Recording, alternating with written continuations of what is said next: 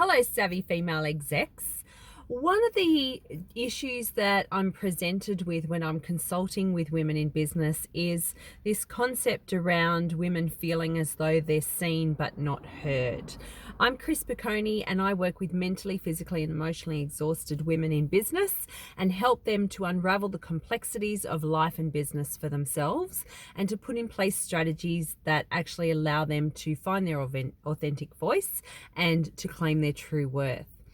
So this has been described to me by one particular client as feeling as though she's inside of a cardboard box and she's trying to push out the top of the box, and she's pushing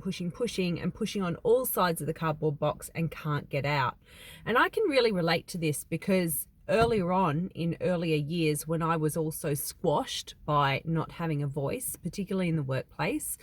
one of the things that I felt was happening for me was that I was in a white room that was constantly closing in on me.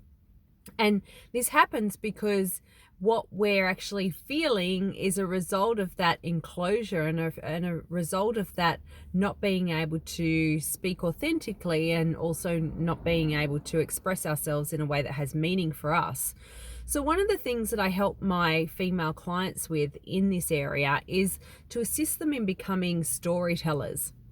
and to create a message or a way of conveying their message in different situations that is a story with a point. So it's a story with a hero, it's a story with different characters, there is a challenge, and there is an end point. So there's a happy ending or a great result at the very end. And what this does is it enrolls and engages people along the way, but also it sets you up as being someone that gets to the outcome. So then what happens for people when they're actually listening to you is they understand, or they learn to know from you that you're actually going to get them to an outcome. And it satisfies, for a lot of people, particularly in the corporate world, it satisfies this need of having to move forward, which is fair enough. We all, some people are kinesthetic and action oriented, and in a boardroom with top decision makers, quite often they are very action oriented and they want to know that they are moving closer to the end result, increasing the bottom line, reducing costs, whatever it is. So that's one thing that we work on together, and I think it's a really valuable craft for us to develop. And so we set ourselves up for going into conversations to map out for the listener what it is that we want them to hear from us. Then we talk them through the story, the hero and the characters. We give them all the facts, and then we take them to, this is where we're heading to. So this is how it will impact our bottom line. And this links quite well with a concept that we use in NeuroLinguistic Programming, where we talk to the different aspects of engaging and enrolling people through telling them universally that this is how it needs to be for the sake of all around us. So in the example of the coronavirus epidemic pandemic that's been advised as a pandemic today, for instance, what we'll be telling future generations is the story of how it started and how it spread and what steps were taken to control it, who the leading scientists and experts were in advising us on a regular basis, how it was taken into control by organizations such as WHO, and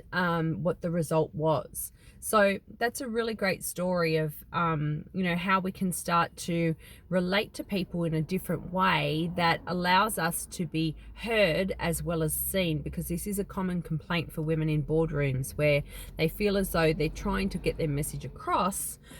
but they're just not being listened to and they're just not being heard. And quite often what that generally comes down to is too much story without an end result. So you're not taking people on the journey of, here's where we've been, here's what we're doing right now, and this is where it's going to take us to, in order to engage and enroll them. So in terms of being that person who maybe feels like you're inside of a cardboard box, like one of my clients was, inside of a cardboard box, and trying to push your way out of the cardboard box and finding that you just can't find the crack in the two folds that will actually allow you to push through. This is a great way for you to actually establish yourself. We know that storytelling is a great vice for us to use in engaging and enrolling our teams, but also in terms of being taken seriously and being able to authenticate who we are and what our message is, it's a great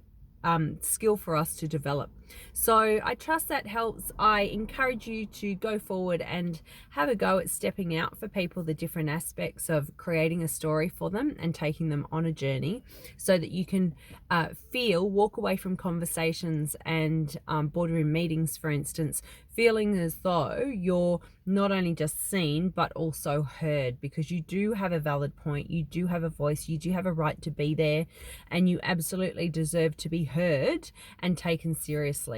I'm Chris Piccone, and I look forward to bringing you more information and hints and tips tomorrow.